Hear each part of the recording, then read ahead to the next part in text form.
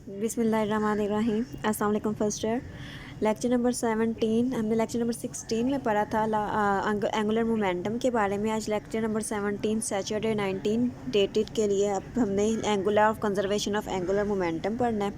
Law of conservation of angular momentum same ऐसे chapter number 3 में आपने law of conservation of momentum पढ़ा था। उसमें क्या था law of conservation of simple momentum में कि if not external force act on a body, अगर एक्सटर्नल फोर्स एक्ट नहीं करती बॉडी के ऊपर तो लीनियर मोमेंटम क्या होता है, इक्वल होता है, कंजर्व्ड होता है, मतलब चेंज नहीं होता आइसोलेटेड सिस्टम के लिए। सेम वही चीज़ अब हमने पढ़नी है एंगुलर मोमेंटम में। Law of conservation of angular momentum क्या है, अब हमारे पास फोर्स लीनियर मोशंस के लिए फोर्स है, तो एंगुलर मोशन के लिए क्या चीज़ हमने पढ़ी है जो रिलेट करती है फोर्स के साथ, जो सेम वही रोल प्ले करती है जो फोर्स रोल प्ले करती है लीनियर मोशन में। तो हमारे पास टॉर्क एक ऐसी वैल्यू है एक, ये सेम वही रोल प्ले करती है एंगुलर मोशन में जो रोल प्ले करती है फोर्स लीनियर मोशन में। तो हम यहाँ पे इसकी स्टेटमेंट में लिखेंगे if no external torque act on a body, वहाँ पे आपने लिखा था लीनियर मोमेंटम में, law of conservation of linear momentum में कि अगर टॉर्क एक्ट नहीं करती, अगर टॉर्क एक्ट नहीं करती सिस्टम के ऊपर तो फिर हमारे पास एक्सटर्नल टॉर्क एक्ट नहीं करती, एंगुलर मोमेंटम क्या होता है, कंजर्व्ड होता है, वो चेंज नहीं होता। इनिशियल एंगुलर मोमेंटम इक्वल आएगा फाइनल एंगुलर मोमेंटम के। अब जब हम कोई भी चीज़ पढ़ते हैं तो उसकी हम देखते हैं कि एप्लीकेशन की हमने ये पढ़ा है तो इसका यूज़ कहाँ पे है, कि ये वाकई रियल लाइफ में एप्लीकेबल है या नहीं है। तो हमारी जो अर्थ है ये जो रोटेट कर रही है सन के अराउंड, यहाँ पे ये हमारे पास law of conservation momentum hold करता है। कैसे होल्ड करता है कि जो हमारे पास टॉर्क होती है, अगर ये हमारे पास फॉर एग्जांपल सन है, ठीक है, और ये अर्थ है जो रोटेट कर रही है।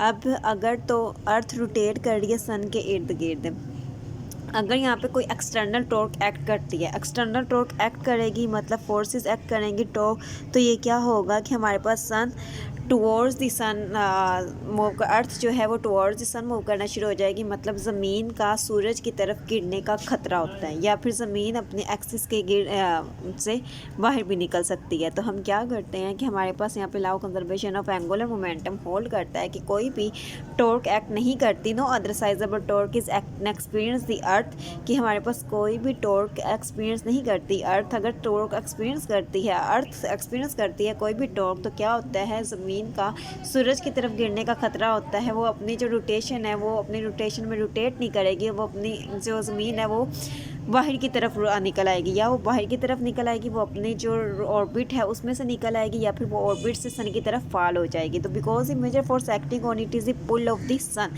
जो स्ट्रॉन्ग फोर्स एक्ट कर रही होती है अर्थ के ऊपर, वो पुल होता है सन का, कि सन उसे अपनी तरफ खींचता है और वो अपने हर पॉइंट पे उसे अपनी तरफ, मतलब कॉन्स्टेंट वैल्यू की तरफ से खींचता है, कि वो जो ज़मीन है वो अपने ऑर्बिट में ही रहती है, वो अपने ऑर्बिट से नहीं निकलती। The earth axis of rotation therefore remains fixed, यही वजह है कि जो अर्थ का रोटेशन एक्सिस ऑफ रोटेशन है, सेंट्रल पॉइंट है, वो फिक्स्ड ही रहता है with the reference to the universe around us. अब एक एक्सप्लेनेशन इसमें एक्सप्लेन हमने कर दी, अर्थ की एग्जांपल ले ली। एक और एग्जांपल हम यहाँ पे उन्होंने अदर एग्जांपल भी दी हुई है, मैं आपको इसमें से एक एग्जांपल को डिफाइन कर देती हूँ। एक है man diving from a diving board, एक डाइविंग जाइनामेस्टिक्स आइस स्केटिंग। अब इसमें हमने जो पहले पढ़ी है man diving from a diving board, अब इसमें law of conservation of momentum कैसे होल्ड करता है।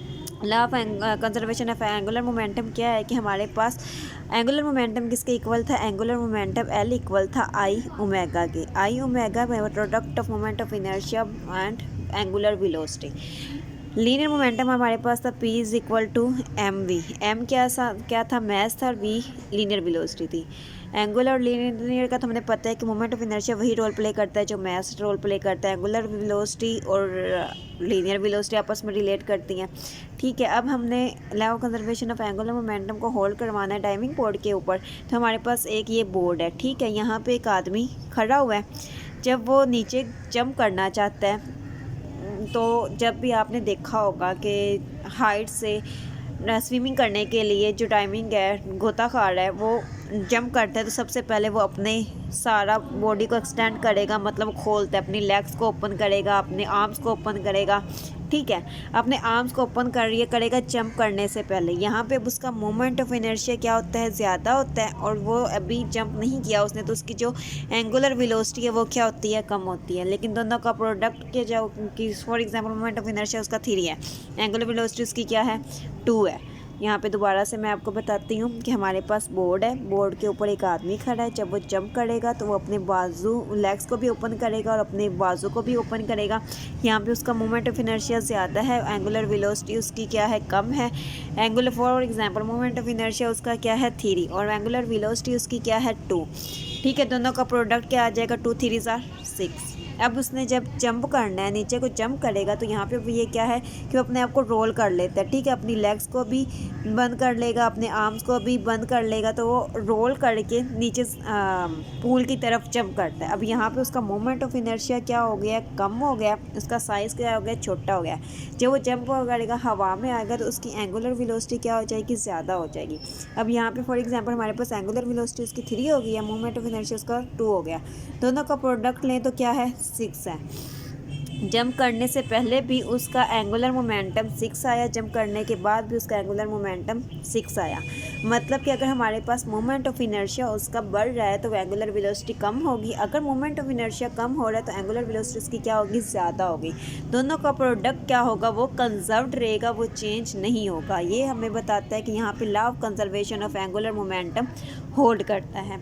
ये आपका लॉन्ग एज अ लॉन्ग भी आपने याद करना है, एज अ शॉर्ट वैसे आप याद करें। इसमें जो टाइमिंग मैन है कि जो बोर्ड के ऊपर खड़ा है और वो जंप करने लगा है, तो उसके ऊपर कैसे law of conservation of angular momentum hold करता है, ये मोस्ट इंपॉर्टेंट है कि वो कैसे होल्ड करता है। मैंने आपको सारी डिटेल से बता दिया, आपने एज इट अपनी वर्डिंग में लिखना है कि जहाँ पे एंगुलर मोमेंटम, जहाँ पे उसका मोमेंट ऑफ इनर्शिया बढ़ेगा वहाँ पे उसकी वेलोसिटी।